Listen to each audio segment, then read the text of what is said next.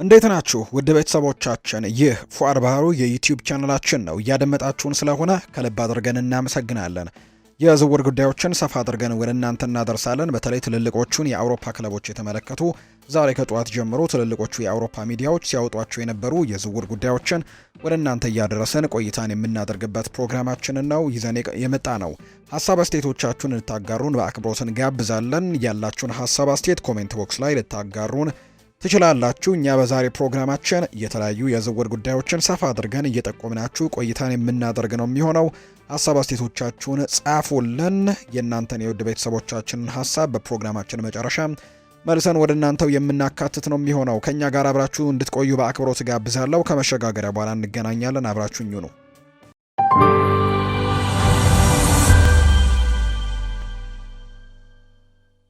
አርሰናል ወጣቱ ተከላካይ ማይልስ ሉዊስ ስኬሊ ለ2026/27 የውድድር ዓመት በውሰት እንዲሄድ በማድረግ እድገቱን ለማፋጠን እያሰቡ መሆኑ ነው የተነገረው። እንደ ፉትቦል ኢንሳይደር ዘገባ ከሆነ ይህ የ19 ዓመቱ የግራ መስመር ተከላካይ ባለፉት ጥቂት ወራት በዋና ቡድን ውስጥም የመሰለፍ ዕድሉን ውስን በመሆኑ ለጊዜው ኤምሬትስ ስቴዲየምን ለቆ ሊወጣ ይችላል ተብሏል። ሉዊስ ስኬሊ ከጥር ወር ጀምሮ በፕሪሚየር ሊጉ በቋሚነት የጀመረው አንድ ጨዋታን ብቻ ሲሆን ይህም ደግሞ በቡድን ውስጥ ያለውን የፉክክር መጠን በመጨመሩ የመጣ እንደሆነ የተነገረው። ምንም እንኳን ስብስቡ ተጫዋቹ እንደ ትልቅ ተስፋ ቢያስመለክተውም የውሰት ዝውውር ግን የተሻለ የልምድ ዕድል እንደሚያገኝለት ነው እየታመነ የሚገኘው። ሉዊስ ስኬሊ ባለፈው የውድድር ዘመን ባሳየው ብቃት የደጋፊዎችና የአሰልጣኞችን አድናቆት ማግኘት ችሎ ነበር። ሆኖም ግን በዚህ የውድድር ዓመት በአርሰናል የግራ ተከላካይ መስመር ላይ ያለው ሁኔታ በእጅጉን የተቀየረው። አርሰናል በክረምቱ ፒዮሮ ሂንካፒየን እና ሪካርዶ ካላፊዮሪን እንግዲህ እንዳላቸው ወይም ፒዮሮ ሂንካፒየን ነው በእርግጥ ባለፈው ክረምት ያመጡት። ከሪካርዶ ካላፊዮሪ ጋር ደግሞ እየተፈራረቁ እነዚህ ሁለት ተጫዋቾች መጫወታቸው ሉዊስ ስኬሊን በዛ ቦታ ላይ እንዳይሰለፍ አድርገውታል። ሁለቱም ተጫዋቾች ለአሰልጣኝ ሚኬል አርቴታ ዋነኛ ምርጫዎች ናቸው የሆኑት። ይህም ደግሞ ሉዊስ ስኬሊን የመሰለፍ ዕድልም አሳጥቶታል ተብሏል። ኤቨርተን ሉዊስ ስኬሊን በውሰት ለማስፈረም ፍላጎት ካሳዩ ክለቦች መካከል አንደኛው እንደሆነ ነው የሚታመነው። የመርሲሳይዱ ክለብ የተከላካይ ክፍሉን ለማጠናከርም አማራጮችን እያጠና እንደሚገኝ የሚያሳዩ መረጃዎች ያሉ። የአርሰናሉ ወጣት ተጫዋች ለቡድኑ ጉልበትና ቴክኒካል ጥራትን ሊጨምር የሚችል ተጫዋች ተደርጎ ነው የሚወሰደው። ወደ ኤቨርተን በውሰት መሄዱ ሉዊስ ስኬሊ በፕሪሚየር ሊግ ውስጥም ወጥ የሆነ የመሰለፍ ዕድልን እንዲያገኝና ጠንካራ ሆኖ ወደ አርሰናልም እንዲመለስ ይረዳዋል ተብሎ ይታሰባል። የአርሰናል የተከላካይ ክፍል አሁን ላይ በጣም ስለጠበበ እንደ ሉዊስ ስኬሊ ላሉ ወጣቶች በውሰት መሄዱ የተሻለ ምርጫ ነው ተብሎ ነው የሚታሰበው። ስለዚህ ደግሞ በቀጣይ ሂንካፒየና ካላፊዮሪ ያሉበት ቡድን ውስጥ ቦታ ማግኘት በጣም ከባድ ይሆንበታል ተብሎ ስለሚታሰብ ተጫዋቹ በውሰት የመልቀቅ ዕድል ይኖረዋል ተብሏል። የሚወደሰው አሰልጣኝ የዩናይትድ ስራን ለመረከብ ፍላጎት አሳይተዋል። ሩበን አሞሪም ከተሰናበቱ በኋላ ማይክል ካሪክ ክለቡን በጊዜያዊነት ተረክበው አስደናቂ ስራዎችን ቢሰራም እስካሁን ክለቡን ለቋሚነት አሰልጣኝነት ግን ማሳመን አልቻለም። በካሪክ ስር ቡድኑ መነቃቃት ቢያሳይም ማንቸስተር ዩናይትድ ግን በክረምቱ የቋሚ አሰልጣኝ ፍለጋውን ሮቤርቶ ዲዘርቢን እንደ ዋነኛ ኢላማው እየተመለከተው ነው። የቀድሞ የማርሴይ አሰልጣኝ ወደ ፕሪሚየር ሊጉ ለመመለስም ከፍተኛ ፍላጎት ያለው ሲሆን የኦልትራፎርዱን መንበር ለመረከብም ፍቃደኛ እንደሆነ ጭምር ነው የሚነገረው። እንደ ዘ ቴሌግራፍ ዘገባ ከሆነ ዩናይትድ ቀጣዩን የረጅም ጊዜ አሰልጣኝም ለመምረጥ በሚያደርገው እንቅስቃሴ ውስጥም የዲዘርቢ ስም በዝርዝር ውስጥም ቀዳሚ ነው። ጣሊያናዊው አሰልጣኝ ባለፈው የየካቲት ወር ላይ ማርሴይን በስምምነት ከለቀቀ በኋላ ታላላቅ የእንግሊዝ ክለቦችን የማሰልጠን ፍላጎቱን አልሸሸገም። በዩናይትድ ከፍተኛ አመራሮች ዘንድ የዲዘርቢ የማጥቃት አጨዋወትና ኳስን ተቆጣጥሮ የመጫወት ፍልስፍናው ከፍተኛ አድናቆት እንዳለው ነው የሚነገረው። እንዲያውም የሊቨርፑል አሰልጣኝ አርነ ስሎት ዲዘርቢን ከዓለም ምርጥ አሰልጣኞች አንዱ ሲልም እየገለጸ ነው። የጣሊያናዊ አሰልጣኝ የሚፈልገው ዩናይትድን ብቻ አይደለም፣ ቶተንሃምም ዲዘርቢን እንደ አማራጭ ይዘውታል። ይህ ግን በፕሪሚየር ሊግ የመቆየት እድላቸው ላይ እየተመሰረተ ነው። ስፐርስ በአሁኑ ወቅት ከወራጅ ቀጠናው በአንድ ነጥብ ብቻ ርቀው ለህልውናቸው ነው እየተጫወቱ የሚገኙት። ዘገባው እንደሚያመለክተው ዲዘርቢ ወደ ቶተንሃም ለመሄድ የሚያስበው ክለቡ በፕሪሚየር ሊግ መቆየቱን ካረጋገጠ ብቻ ነው። የአሰልጣኝነት ቀጠር ወሬው የጠነከረው ካሪክ በኒውካስል ዩናይትዱ ከተሸነፈ በኋላ ነው። ከ7 ተከታታይ ጨዋታዎች ሳይሸነፍ የቀረው ካሪክ በ10 ተጫዋቾች ከተጫወተው ኒውካስል ዩናይትድ ጋር በነበረው ጨዋታ 2-1 በሆነ ውጤት ተሸንፏልና ያኔ ኒውካስል ዩናይትድ በጃኮብ ራምዚ ቀይ ካርድ ምክንያት ቁጥራቸው ቢቀንስም ዩናይትድ ግን ይህንን እድል አለመጠቀሙ ካሪክን አስተችቶት እንደነበር እናስታውሳለንና ያኔ ነው ስለ አዲስ አሰልጣኝ ማሰብ ጀምረው እንደነበር የተናገረው። ይህ ሽንፈት ካሪክ ክለቡን በቋሚነት ለመምራት ብቁ ነው ወይስ በምትኩ ስመጥር አሰልጣኝ መቀጠር ያስፈልጋል የሚለውን ክርክር ዳግም እንዲቀሰቀስ አድርጎታል። የዲዘርቢ አጨዋወት ለዩናይትድ ተጫዋቾችም በተለይ እንደ ብሩኖ ፈርናንዴዝ፣ ማርከስ ራሽፎርድ ምናልባት የመመለስ እድል ባይኖረውም ነገር ግን እንደዚህ አይነት ላሉ ተጫዋቾች ጉልበት ሊሰጣቸው የሚችል አይነት አሰልጣኝ እንደሆነ ይነገራል። ካሪክ ምንም እንኳን ጥሩ ቢሰራም ከኒውካስል ዩናይትድ ጋር የነበረው ሽንፈት ግን የትልቁ ጥያቄዎች እንዲነሱበት በተለይ ከቀድሞ ተጫዋቾች ጥያቄዎች እንዲነሱ ያደረገበት አጋጣሚ እንደነበረ የምናስታውሰው ነው። ቸልሲ የአስተን ቪላውን የአጥቂ ክፍል የጀርባ አጥንት የሆነው ሞርጋን ሮጀርስን ለማስፈረም ትልቅ የገንዘብ ዝግጅት እያደረገ ነው። ይህ የእንግሊዝ ኢንተርናሽናል አስተን ቪላን ከተቀላቀለ በኋላ ብቃቱ በከፍተኛ ሁኔታ እየጨመረ የመጣ ሲሆን በቪላ ፓርክ ያሳየው አስደናቂ እድገትን ተከትሎ በርካታ ታላላቅ ክለቦች እሱን ለማስፈረም ፍላጎት አሳይተዋል። ፔጂያስ እንደዘገበው የቸልሲ የፕሪሚየር ሊጉን ዋንጫ ማሸነፍ የሚችልበት ቡድንን ለመገንባትም በሚያደርገው ጥረት ሮጀርስን በ100 ሚሊዮን ዩሮ አካባቢም ለማስፈረም አቅዷል። ቀደም ሲል ሮጀርስ ወደ ማንቸስተር ሲቲ ወስዶት የነበረውን የቸልሲውን ዝውውር ኃላፊ ጆሽ ይልድስን አሁን ደግሞ ተጫዋቹን ወደ ለንደኑ ክለብም ለማምጣት ከፍተኛ ፍላጎት አለው። ምንም እንኳን በማንቸስተር ቆይታው ነገሮች ባይሳኩለትም በአሁኑ ወቅት በአስተን ቪላ እያሳየ ባለው ወጥ የሆነ ብቃት በሊጉ ካሉ እጅግ አስደሳች ወጣት ተሰጥኦዎች አንዱ መሆኑን አረጋግጧል። ሞርጋን ሮጀርስ በአሰልጣኝ ኡናይ ኤምሪ በጣም ድንቅ ተብሎም ተገልጿል። ሰማያዎቹ ባለፉት ጥቂት ዓመታት ከመላው ዓለም የተውጣጡ ወጣት ተሰጥኦዎችን ወደ ስብስባቸውም ሲቀላቅሉ ቆይተዋል። በአሁኑ ወቅትም ጠንካራ የአጥቂ ክፍል ቢኖራቸውም በውድድር ዘመኑ አጋማሽ ቡድኑን የተረከቡት ሊያም ሮስኒየር ለክረምቱ ትልቅ እቅድ ያላቸው ይመስላል። ይህ የ14 ዓመት አሰልጣኝ ኤስቴቫኦ በስተቀኝ፣ ኮል ፓልመር በ10 ቁጥር ሚና፣ ዣኦ ፔድሮ ከፊት እንዲሁም ሞርጋን ሮጀርስ ደግሞ በስተግራ የሚሰለፉበትን የአጥቂ መስመር ለመገንባት ነው የሚፈልጉት። የ23 ዓመቱ ሮጀርስ መምጣት ደግሞ ክለቡን ወደ ቀጣዩ ደረጃ በማሸጋገርም የፕሪሚየር ሊጉን ዋንጫ እንዲያሸንፍም ይረዳዋል ብለው ነው የሚያምኑት። ሮጀርስ በኡናይ ኤምሪ ስር ለአስተን ቪላ ወሳኝ ተጫዋች በመሆኑ ክለቡ ከፍተኛ የሆነ የዝውውር ሂሳብ ካልቀረበለት በስተቀር ተጫዋቹን የመልቀቅ ፍላጎት የለውም። ዝውውሩ ከ100 ሚሊዮን ዩሮ በላይ ሊጠይቅ ስለሚችል ቸልሲ ደግሞ እንደ አሌሃንድሮ ጋርናቾና ሊያም ዴላፕ ያሉ ተጫዋቾችን በመሸጥ ገንዘቦችን ለማሰባሰብ እያሰቡ ነው። አስተን ቪላ ከተጫዋቹ የረጅም ጊዜ ውል ስላለው በተጫዋቹ የወደፊት ሁኔታ ላይ ሙሉ ቁጥጥር አለው። ይሁን እንጂ የተጫዋቹ ፍላጎት ትልቅ ሚና ሊጫወት ስለሚችል ቸልሲ እሱን ለማሳመን ተስፋ አድርጓል ነው የተባለው። ኒውካስል ዩናይትድ የውድድር ዘመኑ ሲጠናቀቅ የማጥቃት ክፍሉን ለማሻሻል እየፈለገ ሲሆን የክሪስታል ፓላሱን ዣን ፊሊፕ ማቴታን እንደ ዋነኛ ኢላማ መለየቱን የተዘገበው። እንደ መረጃዎች ከሆነ ባወጣው ዘገባ መሰረትም ኒውካስል በቡድን ውስጥ የፕሪሚየር ሊግ ልምድ ያለው ተጫዋችን ለመጨመር በሚያደርገው ጥረት ይህንን ፈረንሳዊ አጥቂ ለማስፈረም እቅዶች ያሉት። ሚኪ ብራውን ስለ ሁኔታው ሲናገር ማቴታ በእርግጠኝነት በኒውካስል የክትትል ዝርዝር ውስጥም ይገኛል። ተጫዋቹ ለዝውውር ዝግጁ የሚሆን ይመስላል። ክሪስታል ፓላስም እሱን ለመልቀቅ ፍቃደኛ ነው። በመሆኑም ብዙ ክለቦች ትኩረታቸውን ወደ እሱም ያደርጋሉ ተብሎ ነው የሚታሰበው። እንደ ዘገባዎቹ ጥቆማ ከሆነ በፓላስ ቆይታው በፕሪሚየር ሊግ ግቦችን ማስቆጠርና ብቃቱን ማሳየት እንደሚችልም ለ2 ዓመታት አስመስክሯል። የሱ ታሪክ ምን ያክል ጎበዝ እንደሆነ ያረጋግጣል። በተጨማሪም የፈረንሳይ ብሔራዊ ቡድን ተጫዋች ነው። ታዲያ የዚህን ያክል ጥራት ያለውና ሊጉን የሚያውቅ አጥቂ ከየት ይገኛል? ኒውካስል ሁልጊዜም በፕሪሚየር ሊጉ የተፈተኑ ተጫዋቾችን ማስፈረምን ነው የሚመርጠው። ኤዲሃው ተጫዋቾችን ከሊጉ ጋር ለመላመድ የሚፈጅባቸውን ጊዜ ለመቀነስም እንዲህ ያሉ ተጫዋቾችን ይወዳሉ። በአሁኑ ወቅት ያላቸው የአጥቂ አማራጮች ወጥ የሆነ ብቃትን እያሳዩ ባለመሆናቸው አዲስ ግባግቢ ማስፈረምን ይፈልጋሉ። ማቴታ ፍጹም የተሟላ አጥቂ ነው ባልልም የኒውካስል ስካውቶች ግን ጥቅሙንና ጉዳቱን ያመዛዝናሉ ተብሎ ነው የሚታሰበው። ኒውካስል በውድድር ዘመኑ መጀመሪያ ላይ በሁለት አጥቂዎች ላይ ኢንቨስት አድርጎ የነበረ ቢሆንም ይህም የ28 ዓመቱ የክሪስታል ፓላስ አጥቂ ለማስፈረም ፍቃደኛ እየሆኑ እንደሆነ ማየቱ ሌላ ትኩረት የሚስብ ጥያቄ ነው። ማቴታ በውድድር ዘመኑ መጀመሪያና በጥር ወርም ከክሪስታል ፓላስ ይለቃል ተብሎ በሰፊው ቢወራም እስካሁን ግን በክለቡ ቆይቷል። አጥቂው በዚህ የውድድር ዘመን 10 ግቦችን ያስቆጠረ ሲሆን ዝውውሩ የሚሳካ ከሆነ ለኒውካስል በጣም ጠቃሚ ፈራሚ እንደሚሆን ጥርጥር እንደሌለው ነው መረጃዎቹ የሚጠቁሙት። ይህ የፈረንሳይ ኢንተርናሽናል በፕሪሚየር ሊጉ ያለው ጥራት በተከታታይ እያሳየ ይገኛል። ለኒውካስልም የሚመጥን ተጫዋች ነው።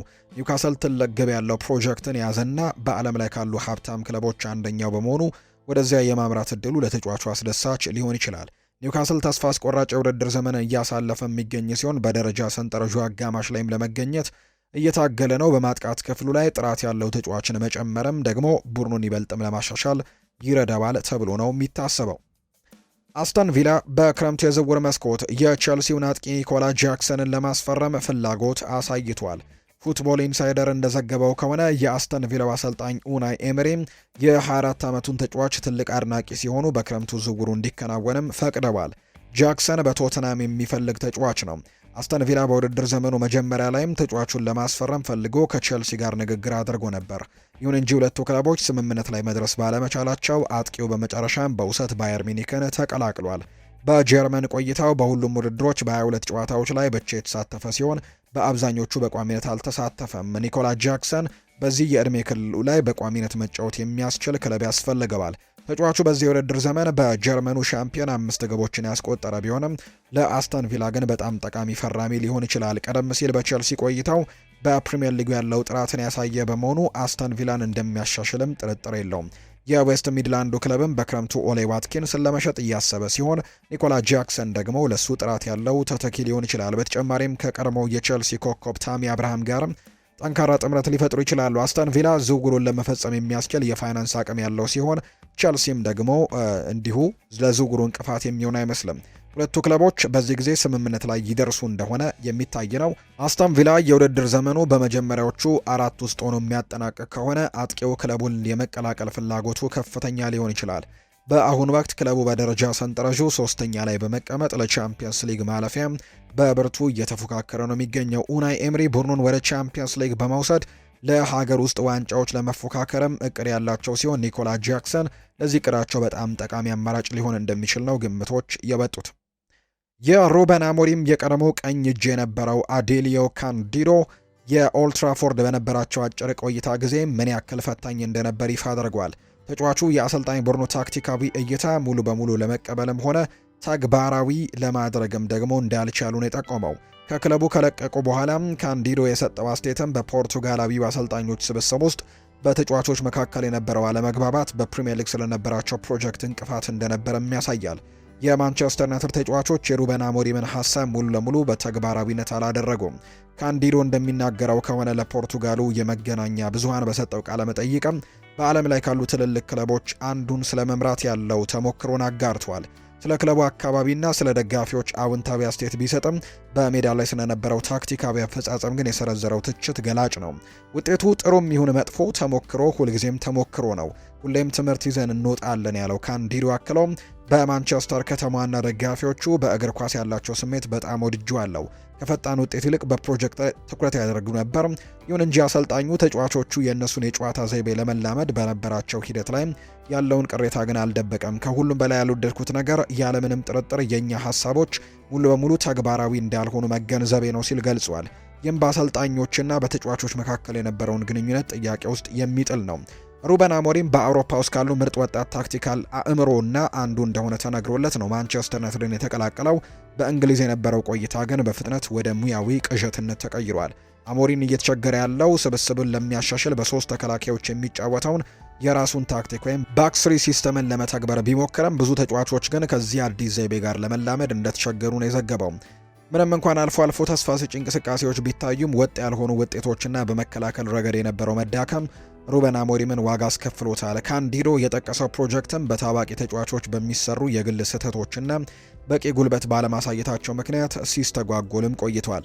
በመጨረሻም ተጫዋቾቹ የታክቲክ ለውጦቹን እንዲቀበሉ ማድረግ አለመቻሉ ለፖርቱጋላውያኑ አሰልጣኞች ስንብትም ዋነኛ ምክንያት ሆኗል። የካንዲዶ የቅርብ ጊዜ ንግግሮች ደጋፊዎች በትዕግስት ቢጠባበቁም በልምምድ ጊዜ ላይ ግን የቀረቡት ሀሳቦች ተግባራዊ ለማድረግ የነበረውን ተቃውሞ ወይም አለመቻል ግን ለሩበን አሞሪም ውድቀት ትልቁ ምክንያት እንደነበር ነው ያረጋገጠው።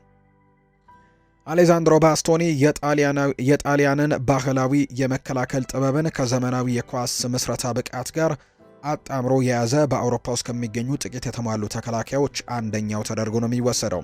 በአሁኑ ወቅት የ26 ዓመቱ የኢንተር ሚላን ኮከብ በብቃቱ ማማ ላይ የሚገኝ ሲሆን ስሙም በአውሮፓ ታላላቅ ክለቦች ዘንድም በስፋት እየተነሳ ነው የሚገኘው።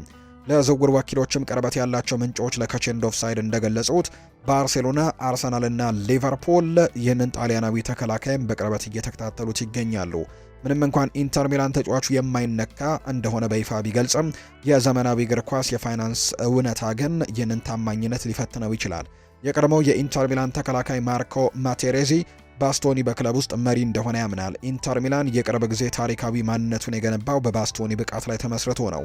ተጫዋቹ ወደ አማካይ ክፍል በመጠጋት ኳሶችን የማሰራጨት፣ የተጋጣሚ መስመርን ሰብሮ የሚያልፉ ኳሶችን የማቀበልና ጥቃቶችን ከመከላከል መስመር የመጀመር ልዩ ችሎታ እንዳለውም ይነገራል። በከፍተኛ ጫና ውስጥ ሆኖ ኳስን ተቆጣጥሮ የመጫወት ብቃቱ ለኳስ ቁጥጥር ወይም ፖሴሽን ቤዝድም ስልት ለሚከተሉ ቡድኖችም ተመራጭ ያደርገዋል። ኢንተር በአሁኑ ወቅት የተጫዋቹን ውል እስከ 2030 ለማራዘምና ደሞዙንም ከፍ ለማድረግ እየሰራ መሆኑ ተዘግቧል። ባርሴሎና ባስቶኒን እንደ መከላከል መስመር መሪ አድርገው የሚመለከቱት ሲሆን የእሱ ኳስን የመቆጣጠርና የማረጋጋት ብቃትም ከክለቡ ፍልስፍና ጋር በትክክል ይሄዳል ብለው ነው የሚያምኑት። ሊቨርፑልም ቢሆን ተጫዋቹ የቨርጂል ቫንዳይክ ረጅም ጊዜ ተተኪ አድርገው ነው የሚመለከቱት። አርሰናል በሚኬል አርቴታ ስር ያለው ታክቲካዊ አቀማመጥን ከባስቶኒ ጥንካሬ ጋር በእጅጉ ይጣጣማል። በሌላ በኩል ቼልሲና ማንቸስተር ሲቲ ሁኔታውን እየተከታተሉ ቢሆንም አሁንም ጥያቄ የተሞላበት አካሄድን ነው እየተከተሉ ያሉት። ኢንተር ሚላን ለተጫዋቹ የሚቀርቡ ጥያቄዎችን ለማየት ፍቃደኛ የሚሆነው ዋጋው ከ90 እስከ 100 ሚሊዮን ዩሮ ሲጀምር ብቻ ነው። ይህም ደግሞ በቅርብ ጊዜ በተከላካዮች ዝውውር ላይ የታየው ከፍተኛ የገንዘብ መጠን ግምቱን ያስገባ ነው ተብሎ ነው የሚታሰበው። የሞሐመድ ሰላህ የረጅም ጊዜ የወደፊት ቆይታ በሊቨርፑል በድጋሚ ትኩረት ስር ገብቷል። ዘገባዎች እንደሚጠቁሙት በክረምት ክለቡን የመልቀቅ ጉዳይ ይበልጥ አሳማኝ እየሆነ መጥቷል። ባለፈው ዓመት የሁለት ዓመታት የውል ማራዘሚያ ቢፈርምም በውድድር ዘመኑ መጀመሪያ ላይ የነበሩ አለመግባባቶችና ከውጭ ሀገር ክለቦች የሚቀርቡለት ጥያቄዎች፣ ስለዚህ የክለቡ ምልክትም ተጫዋች ወደፊት ዕጣ ፈንታ ክርክሩን መልሰው ቀስቅሰውታል። ቢቢሲ ስፖርት እንደዘገበው ከሆነ የ33 ዓመቱ ግብፃዊ አጥቂም በዚህ ክረምት ከአንፊልድ የመልቀቁ ዕድል እየጨመረ ሲሆን ሁለት ሊሆኑ የሚችሉ መዳረሻዎችም ተጠቁመዋል። ሊቨርፑል የሳላን አገልግሎት ለማረጋገጥ ውሉን አድሶ የነበረውን ምርጥ ብቃቱን በአንፊልድ እንዲያሳይ ታስቦ ነበር። ይሁን እንጂ በታህሳስ ወር ላይ ግብፃዊ ኮከብ በተደጋጋሚ ከቋሚ አስተላለፍ ውጪ በሚሆንበት ወቅት ተገልያለሁ በሚልም እንደሚሰማው ስሜትን ለመግለጽም ቅሬታውን ፍንጭ ሰጥቶ ነበር። ከአፍሪካ ዋንጫ መልስም ወደ ቋሚ አስተላለፍ ቢመለስም በ2026 ባደረጋቸው 9 ጨዋታዎች ያስቆጠረው 2 ግብ ብቻ መሆኑ ከለመደው ከፍተኛ ብቃቱ አንጻር መዳከም እንዳሳየ ነው በርካቶች የሚያውቁት። ሳላን ለማስፈረም ቀዳሚ ፍላጎት ያላቸው አካላት በርካቶች ናቸው። የሳዑዲ ፕሮ ሊግ ክለቦች ናቸው። ባለፉት የዝውውር መስኮቶች ሳላን ለማስፈረምም ከፍተኛ ጥረት ሲያደርጉ የቆዩ ሲሆን አሁንም ጥብቅ ፍላጎት እንዳላቸው ነው የሚነገረው። ሌላኛው የአሜሪካን ሜጀር ሊግ ሶከር ክለቦች ናቸው። ከአውሮፓ ውጪ አዲስ ፈተና የሚፈልግ ከሆነ አሜሪካ ሌላኛዋ መዳረሻ ልትሆን እንደምትችል ነው የተጠቀሰው። በ33 ዓመቱ ሳላህ አሁንም በንግድም ሆነ በውድድር ረገድም ትልልቅ ክለቦች ለሚፈልጉት ሊጎችም እጅግ ማራኪ ተጫዋች ነው።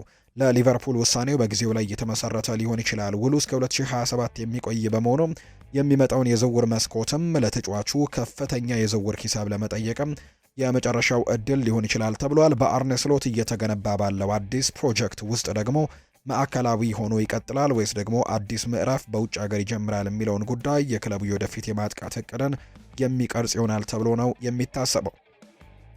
አርቺ ግሬ በቶተናም ያለው የወደፊት ቆይታ እርግጠኛ ባልሆነ ሁኔታ ላይ መውደቁን ተከትሎ ባየር ሚኒክ እና ቦሩሲያ ዶርትመንድ ይህንን ሁለገብ ወጣት ለማስፈረም ፉክክሩን ጀምረውታል። እንደ ቲም ቶክ ዘገባ ከሆነ እነዚህ የጀርመን ግዙፍ ክለቦች ይህንን እንግሊዛዊ ከ21 ዓመት በታች ኢንተርናሽናል ተጫዋች በቅርበት እየተከታተሉት ነው። ተጫዋቹ ለረጅም ዓመታት የመካከለኛውን ክፍል በብቃት ሊመራ የሚችል የትውልድ ተሰጥኦ ወይም ጄነሬሽናል ታለንት እንደሆነም ያምናሉ። ባየር ሚኒክና ቦሩሲያ ዶርትመንድ አርቺ ግሬ ግዙፍ አቅም እንዳለው ነው የሚያምኑት። በተለይም ዶርትሙንድ ተጫዋቹ ከሊድስ ዩናይትድ ወደ ሰሜን ለንደን ከማምራቱ በፊት ጀምሮ ሲከታተሉት የቆየ የረጅም ጊዜ አድናቂዎቹ ናቸው። እንደ ጁድ ቤሊንጋም እና ጄሚ ጊቲየንስ ያሉ ወጣት እንግሊዛውያን በጀርመን ያሳዩት ስኬትም ለሌሎች ወጣቶችም በቡንደስሊጋውን ማራኪ አድርጎታል። ባየር ሚኒክ ታዳጊዎችን ወደ ዓለም አቀፍ ኮከብነት በመለወጥ የሚታወቅ ሲሆን ዶርትሙንድ ደግሞ በቻምፒየንስ ሊግ የመጫወትና በቋሚነት የመሰለፍ እድልን በመስጠትም ስም እንዳለው ነው የሚነገረው። ከጀርመን ክለቦች በተጨማሪ በርካታ የፕሪሚየር ሊግ ቡድኖችም እናም ሪያል ማድሪድ የ19 ዓመቱን ተጫዋች ሁኔታ እየተከታተሉት ይገኛሉ። ግሬ እስከ 60 ሚሊዮን ፓውንድ ሊያስወጣ እንደሚችል የተገመተ ሲሆን ቶተናም ተጫዋቹን ማቆየት ቢፈልግም የጠየቀው ዋጋ ከቀረበው ጋር ግን ለመደራደር ፍቃደኛ ሊሆን እንደሚችል ተነግሯል። ከውጭ ሀገራት ለተጫዋቾች የሚቀርበው ፍላጎት የጨመረው ቶተናም በፕሪሚየር ሊጉ ካለበት አስከፊ ደረጃ ጋር ተያይዞ ነው። ስፐርስ በአሁኑ ወቅት ያለምንም ድል 10 ጨዋታዎችን በማድረጉ ከወራጅ ቀጠናው በአንድ ነጥብ ብቻ ርቆ ነው የሚገኘው። ክለቡ ወደ ታችኛው ሊግም የሚወርድ ከሆነ እንደ ግሬ ያሉ ተሰጥኦችን ማቆየት የማይቻል ተግባር ይሆናል። ከግሬ በተጨማሪ እንደ ክሪስቲያን ሮሜሮ እና ሚኪ ቫን ደቬን ያሉ ደግሞ ተጫዋቾች ክለቡን ሊለቁ እንደሚችሉ ስማቸውም እየተነሳ ይገኛል። አዲስ አሰልጣኝ ኢጎር ቱዶርም ፈጣን ለውጦችን ማምጣት ባለመቻላቸው ለሰሜን ለንደኑ ክለብ ነገሮችን አስቸጋሪ ያደርገዋል ተብሎ ነው የተጠቀሰው። ሊቨርፑል ከአካዳሚው ያደገውን ተጫዋች ጃሬል ኳንሳህን ክለቡን ለቆ በወጣ በአንድ ዓመት ጊዜ ውስጥ ወደ አንፊልድ ለመመለስ አስደናቂ የዝውውር ውሳኔ ለማሳለፍ እያሰቡ መሆኑ ተነግሯል። የ23 ዓመቱ የእንግሊዝ ኢንተርናሽናል ባለፈው ክረምት በ35 ሚሊዮን ፓውንድ ወደ ባየር ሌቨርኩዘን አመርቶ ነበር። ይሁን እንጂ በቡንደስሊጋ እያሳየ ያለው ፈጣን እድገት የሊቨርፑል አመራሮች የረጅም ጊዜ መከላከል ስትራቴጂያቸው እንደገና እንዲፈትሹ አስገድዷቸዋል። ኳንሳ በጀርመን ጠንካራ የመከላከል ሪከርድ ካላቸው ተጫዋቾች አንዱ በመሆኑ የቡድኑ የጀርባ አጥንት መሆኑን አስመስክሯል። እንደ ቲም ቶክ ዘገባ ከሆነ የሊቨርፑል ስካውቶች ሌቨርኩዘን ባደረጋቸው ያለፉት 4 ጨዋታዎች ላይ በመገኘት የተከላካዩን ብቃት በጥንቃቄም ሲገመግሙ ቆይተዋል። በእነዚህ 4 ጨዋታዎች ክለቡ የተቆጠረበት አንድ ግብ ብቻ ነው። ዋናው ነጥብ ሊቨርፑል ተጫዋቹን ሊሸጥ በውሉ ላይ 52.5 ሚሊዮን ፓውንድ የመልሶ መግዣ ወይም ባይባክ ክሎዝ አስፍሮ ነበር። ምንም እንኳን ይውል በይፋ የሚነቃቃው በ2027 ቢሆንም ሌቨርኩዘኖች ግን የሊቨርፑልን ፍላጎት ተረድተዋል። ኳንሳ ወደ ቤቱ የመመለስ ፍላጎት ካሳየም የጀርመኑ ክለብ በዝውውሩ ላይ እንቅፋት ላይሆን እንደሚችል ነው የተነገረው። በአንፊልድ ያለው የውስጥ እቅድ ደግሞ ኳንሳን ከቨርጂል ቫን ዳይክ በጉዳት ላይ ካለው ጄረሚ ዣክዌና ከጉልበት ቀዶ ጥገና በማገገም ላይ ከሚገኘው ጂኦቫኒ ሊዮን ጋር ለቋሚነት እንዲፎካከር ማድረግ ነው። ሪቻርድ ሂውዝ በዝውውር አያያዛቸው ከፍተኛ ትችት እየደረሰባቸው ነው። ይህም ኳንሳህን የመመለስ እቅድ የመጣውም በስፖርት ዳይሬክተሩ ሪቻርድ ሂውዝ ላይ ከፍተኛ ትችት እየቀረበ ባለበት ወቅት ነው። ሂውዝ በተለይም የክለቡን ቁልፍ ተጫዋቾች የውል ስምምነት በማስረዘም ረገድ በደጋፊዎች ዘንድ ቅሬታን አስነስተዋል። ለዚህም እንደ ማሳያ ትሬንት አሌክዛንደር አርኖልድ በነፃ ለሪያል ማድሪድ ያሳለፈው መስጠታቸው ይጠቀሳል። በአሁኑ ወቅት በጣም አሳሳቢ ጉዳይ የኢብራሂማ ኮናቴ ሁኔታ ነው። ኮናቴ የውል ዘመኑ የመጨረሻ ወራት ላይ ነው የሚገኘው። ከሪያል ማድሪድ እና ከፓሪስ ሰን ዠርሜን ፍላጎት ባለበት ወቅትም የቀረበለትን አዲስ የውል ጥያቄም ውድቅ አድርጓል። ኳንሳ በ35 ሚሊዮን ፓውንድ መሸጥ ትልቅ ስህተት እንደነበር አሁን ላይ የታመነ ሲሆን ያንን ስህተት ለማረም ደግሞ ክለቡ ከአንድ ዓመት በኋላ ተጨማሪ 20 ሚሊዮን ፓውንድ ገደማ እንዲያወጣ ያስገድደዋል ነው የሚለው መረጃው። ውድን የተከበራችሁ ቤተሰቦቻችን ከፉአድ ባህሩ የዩቲዩብ ቻናላችን ለዛሬ ያዝንላችሁ አዳዲስ ስፖርታዊ ጉዳዮቻችን እነዚህ ነው የሚመስሉት። ስላደመጣችሁን፣ ስለተከታተላችሁን ቆይታችሁም ከኛ ጋር ስለነበር ከልብ አድርገን እናመሰግናለን። ፉአድ ባህሩ ፕሮግራሙን እየመራው ከእናንተ ጋር ቆይታን አድርጌያለሁ። በቀጣይ ፕሮግራሞቻችን ሌሎች ስፖርታዊ ጉዳዮችን፣ ሌሎች አዳዲስ መረጃዎችን አካተን በድጋሚ ተመልሰን እንገናኛለን። የዛሬ ፕሮግራማችንን እዚህ ጋር ነው የምናበቃው። ስላደመጣችሁኝ ከልብ አድርጌ ያመሰገንኩኝ። መልካም ጊዜ እንዲሆንላችሁም በአክብሮት ደግሞ ተመኘሁኝ።